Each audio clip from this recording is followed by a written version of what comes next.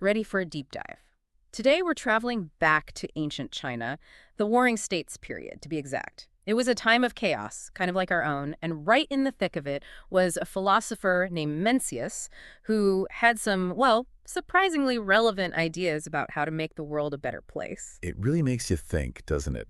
Everyone else was looking for answers in military strength, stricter laws, but Mencius, he saw a different way forward, a path to a better world. He thought the answer wasn't more force, it was better people. It's a powerful idea when you think about it, that like personal growth, not just political strategy, could be the key to a better world. So tell me, who was this guy, this Mencius, advocating for a society of, as you put it, better people? Well, Mencius, he was a scholar, like traveling teacher and advisor, a lot like Confucius, his predecessor. He traveled from kingdom to kingdom, debating with rulers, urging them to think beyond power and to really prioritize virtue. Imagine that political platform. It's interesting, though, he wasn't just whispering in the ears of kings, was he? His ideas, especially about human nature, seem like they really shook things up. Absolutely. He challenged everything people thought at the time. Mencius actually argued that, get this, humans, we're inherently good, not just capable of being good, but like good at our core. So no blank slate theory for Mencius, huh? Not a chance. Yeah. He believed that from the moment we're born, we all have these, he called them the four beginnings of virtue. It's like we're hardwired with this moral toolkit.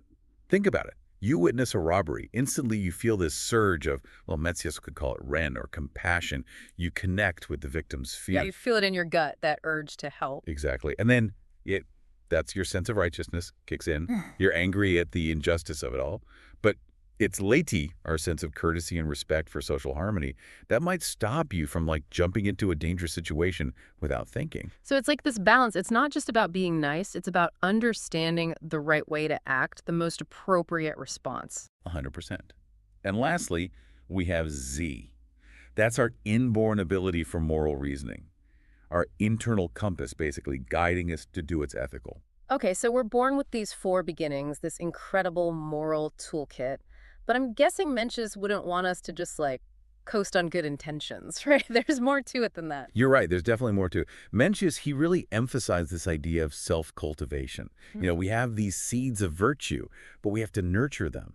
It's like tending a moral garden. I love that analogy. Even the best soil needs work, right?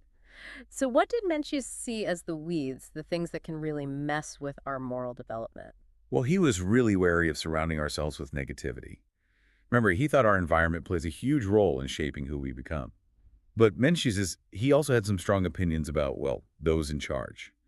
Leaders, he said, can either cultivate virtue or they can totally squash it. Right, and this is where his idea of the mandate of heaven comes in, isn't it? To be honest, it's always seemed a bit mystical to me.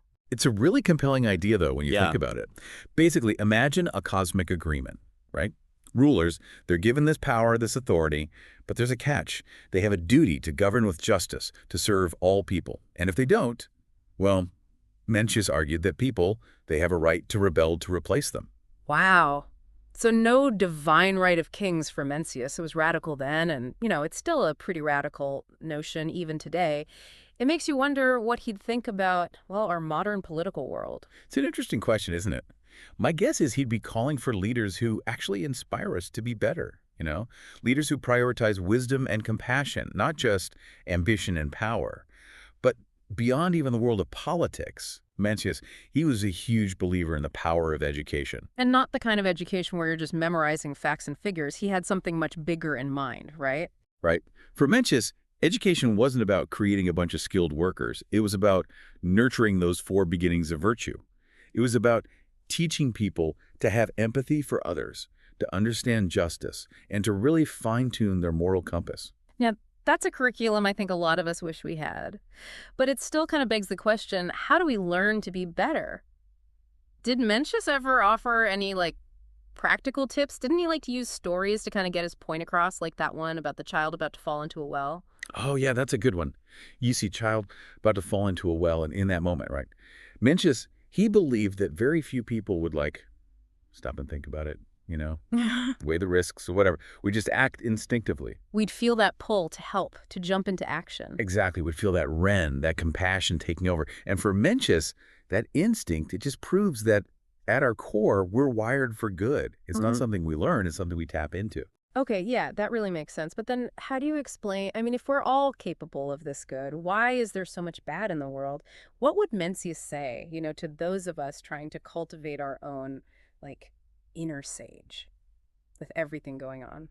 I think you probably tell us to be careful about what we're cultivating. Right. Like, to look around at the people, the ideas that we're surrounding ourselves with. Mm-hmm. Are they helping us grow, or are they like weeds choking the good stuff? Right. It's like choosing your gardening buddies. Some people, they bring out your best self, others, not so much. Totally. And then even beyond that, beyond our own little gardens, I think Mencius would want us to look at the bigger picture. Mm. Like, our leaders, our institutions, are they actually living up to those mentioned values? Mm. Benevolence, justice, all that. Because for Mencius, I think personal virtue, it went hand in hand with social change. It's not enough to have a thriving garden if the whole neighborhood's like a wasteland. So, last question, if Mencius were here today, what do you think he'd say is the biggest threat to our collective garden? Oh, that's a good one. Maybe he'd say it's all the distractions. All the stuff that keeps us from really connecting with each other, with ourselves even. Or maybe it's that we become so, like, cynical that it's hard to be compassionate, because what if you get taken advantage of, right? Or maybe it's just the pace of everything. It's hard to grow anything, good habits, relationships, when you're always on fast forward. Yeah, that's probably true too. But, Mencius, he always had this sense of optimism. I think he'd remind us that even with all that, those seeds of goodness, they're still there inside each of us. We just have to remember to nurture them. And then maybe, just maybe, we can create a world where they can truly thrive. And on that note, we'll wrap up this deep dive into the wisdom of Mencius. Always a pleasure to chat with you. It's always fun to dig into this stuff with you. Until next time.